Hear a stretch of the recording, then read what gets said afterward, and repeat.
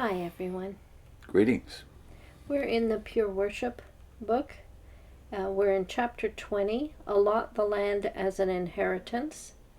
And we're at the subheading, A Vision with a Fourfold Assurance, page 211, the bottom of 211.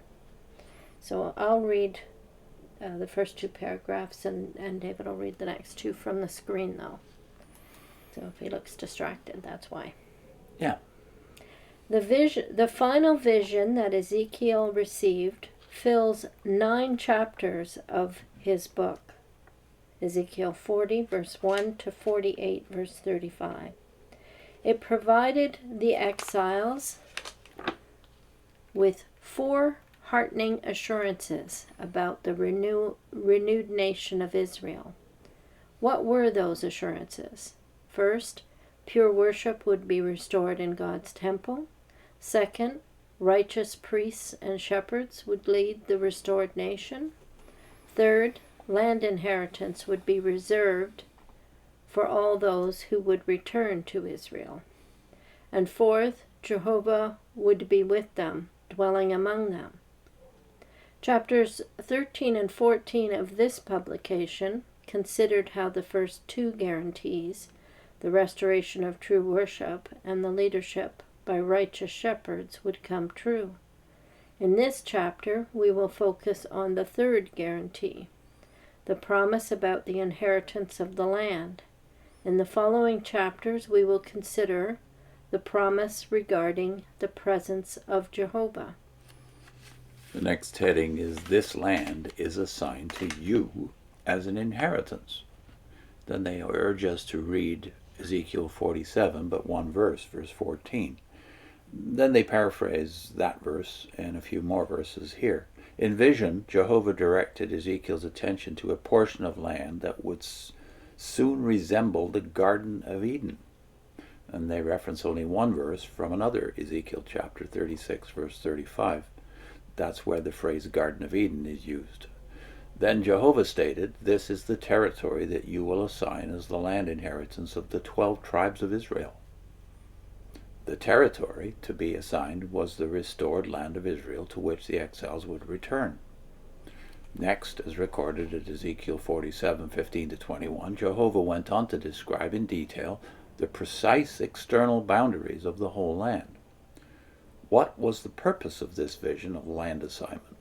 The description of the precisely measured boundaries reassured Ezekiel and his fellow exiles that their beloved land would definitely be restored. Imagine how that reassurance from Jehovah in such detailed and descriptive language must have lifted the hearts of the exiles. Did God's ancient people indeed receive land that was allotted to them as an inheritance?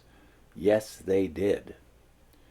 Well, I'd have to say, first of all, before we get to, is this in any sense a fulfillment of what was promised in Ezekiel? Let's think about the whole 9 chapters. They allude to the fact there's 9 whole chapters devoted to this. Yeah. In Ezekiel alone, and then there's many other chapters elsewhere in the prophets. But think about that in itself, that God has given us, as you admit, precise, detailed descriptions of not only the temple arrangement, which you've already dealt with symbolically in this book, but also the distribution of the land. And you got a map here. What page is that on? That's on the previous page, 212?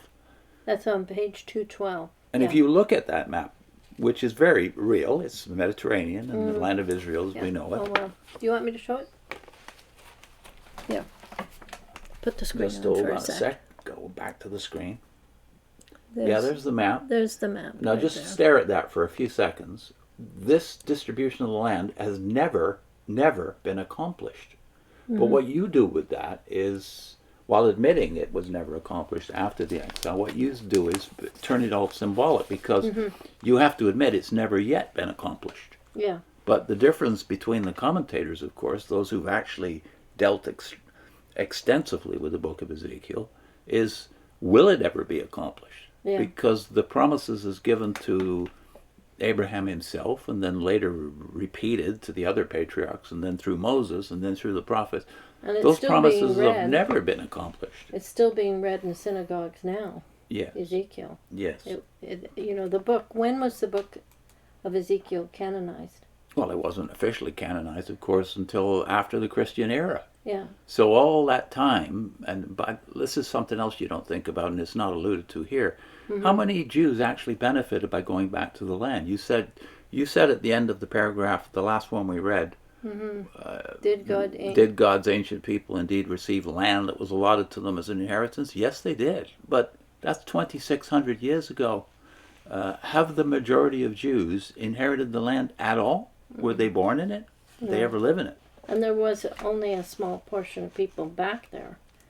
So what you've done is basically given up the ghost on this. You said, well, because it wasn't fully fulfilled back there, and it wasn't fulfilled after they rebuilt the second temple, therefore it's never going to be fulfilled. Yeah. And the witnesses are not alone in this, we have to admit. But just first of all, read the 9 chapters and see what you would do with these 9 chapters if you didn't have the Watchtower's help. Yeah. Take off your Watchtower glasses, just read it, and see what you would come up with. And then read the sorry state of things in Israel after the exile even. Read that in Ezra and Nehemiah, just to see what the pathetic situation was when the exiles got back, a mere 50,000 of them living. And they weren't spread throughout the land. They were localized around Jerusalem for their own protection. Yeah. So in no sense was this fulfilled after the exile. This is, the details, they say that it's very detailed, but they don't encourage you to read that. They don't say read Ezekiel 47, 15 to 21 to get the precise exact. Most of us get kind of worn out by reading details, which don't have any meaning to us personally. Could this perhaps be why when we get to the latter part of the Exodus after the action of the emergence from Egypt and the Red Sea, when we get to the tabernacle, we don't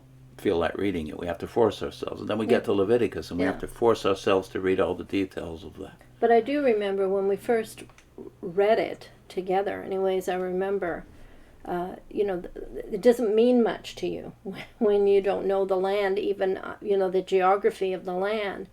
But the details, you said, just the borders and the details, they've never had that. Not at all. So I was totally kind of in a fog when it came to not geography. Not in the days of Joshua, because it makes the point at the end of Joshua that they didn't completely conquer the Canaanites. There were still pockets of resistance that Joshua never got to touch. And in the days of Solomon, when they were at the extent of the empire. But the key thing I think to think about here is who are these words of Ezekiel written to? Not just 50,000 exiles. And by the way, the people who actually heard Ezekiel when he first gave these prophecies didn't all go back anyway.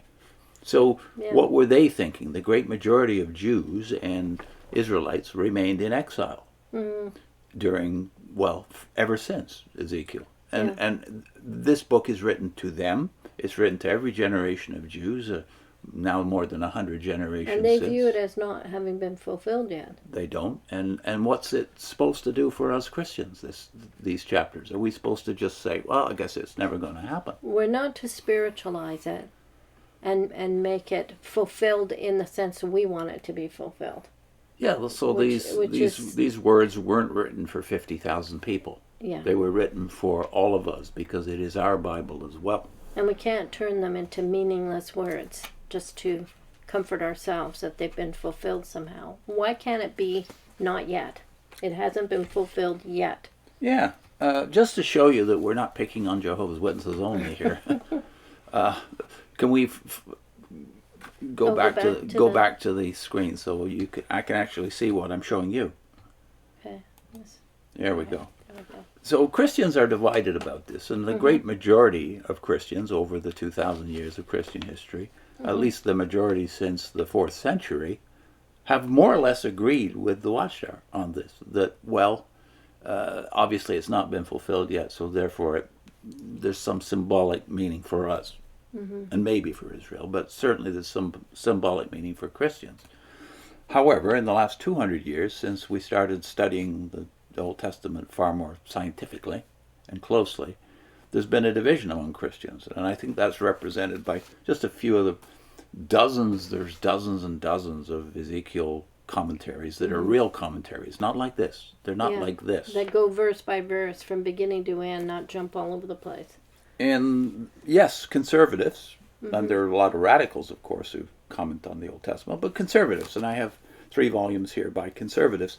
Conservatives can differ on this. So, for instance, Charles Lee Feinberg, that we've recommended here before, I certainly think this is among the first choices on Ezekiel. This is a premillennial, a consistently premillennial view, which we more or less agree with some of the details differing. Charles Lee Feinberg, published back 50 or so years ago, more than that now. He's one conservative position, dispensational premillennial, but then there's Daniel Block, who's 2-volume. This is the #1 rated commentary on It's more modern, Ezekiel. right? So. This is about 30 years old. Daniel Block, 2 volumes, something like 1,500, 1,600 pages altogether. It's far more detailed, as you can see, than Feinberg, but he's far less committed on prophecy. And that in that Block represents the majority of Protestants as well as Catholics and Orthodox over the centuries. But he's not dogmatic either way, right? No, he's not dogmatic. And that befits the fact that Christians can have different positions on this and have had. But if you want a detailed commentary on Ezekiel, it's a real commentary. This is, I think, if I remember correctly, Block spent about 10 years on this project. Wow. And that's about what's expected of major commentaries of this scope. But you can have different positions, and I'm not going to say you're not a Christian if you don't agree with me, but the Watchtower, first of all, let's just say it again, this is not a commentary. Yeah. This is eisegesis from page 1 to the end. Yeah, and a lot of pictures. Yeah, that's true. Half of it is illustrations. Yeah. What's our link? We are linking to a video we did on the Ezekiel chapter 36 in the Paradise Lost series. So it's called How Can Fleshly Israel Vindicate Jehovah or Yahweh? And we'll put the Paradise Lost playlist on there as well. Good. See you next time.